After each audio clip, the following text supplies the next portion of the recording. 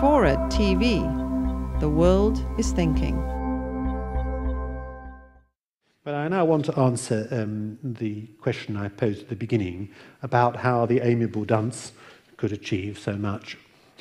Reagan's second Chief of Staff, Ronald Reagan, said that the main problem dealing with Reagan was that everyone thought he was smarter than the president.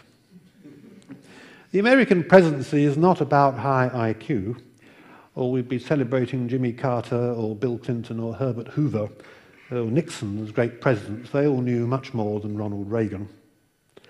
But it's about judgment and a sense of direction, as perhaps all political leadership is. I quoted earlier on François Mitterrand's critical comment about Reagan, but he qualified it, and he said, but beneath the surface, you find someone who isn't stupid, who has great good sense and profoundly good intentions. What he does not perceive with his intelligence, he feels by nature. He was in no sense an administrator, but the presidency is not primarily an administrative position. What he did was, like Roosevelt, to give the country a new sense of direction. He showed that America need no longer be, as Carter and Ford had thought, ungovernable. He said at the end of his presidency, we weren't just marking time, we made a difference.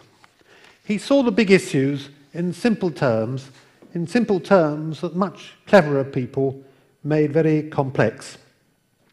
The Russian ambassador during his period of office, Anatoly Dobrynin, said, he grasped matters in an instinctive way, but not necessarily in a simple one. And his key qualities were a sense of direction, a strength of convictions, which concurred with the needs of the time as seen by many Americans. Only the president can bring coherence to that. He was, in one sense, a man of ideas, but the ideas were expressed through anecdotes and not through concepts or theories. And his ideas made the weather, that they created the agenda for later presidents, just as Roosevelt did for the presidents who followed him.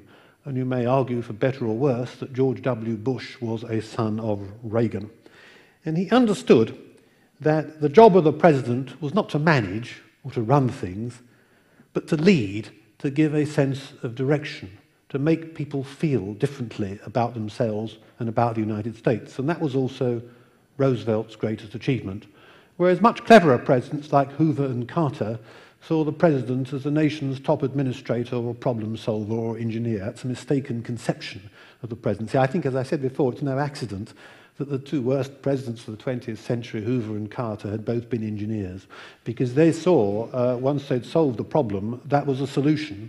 Whereas Roosevelt and Reagan realized once you'd solved the problem, that's only the beginning. The real problem is to sell it, if you like, or persuade people to accept it, to accept your solution, to accept the sense of direction in which you think they ought to go.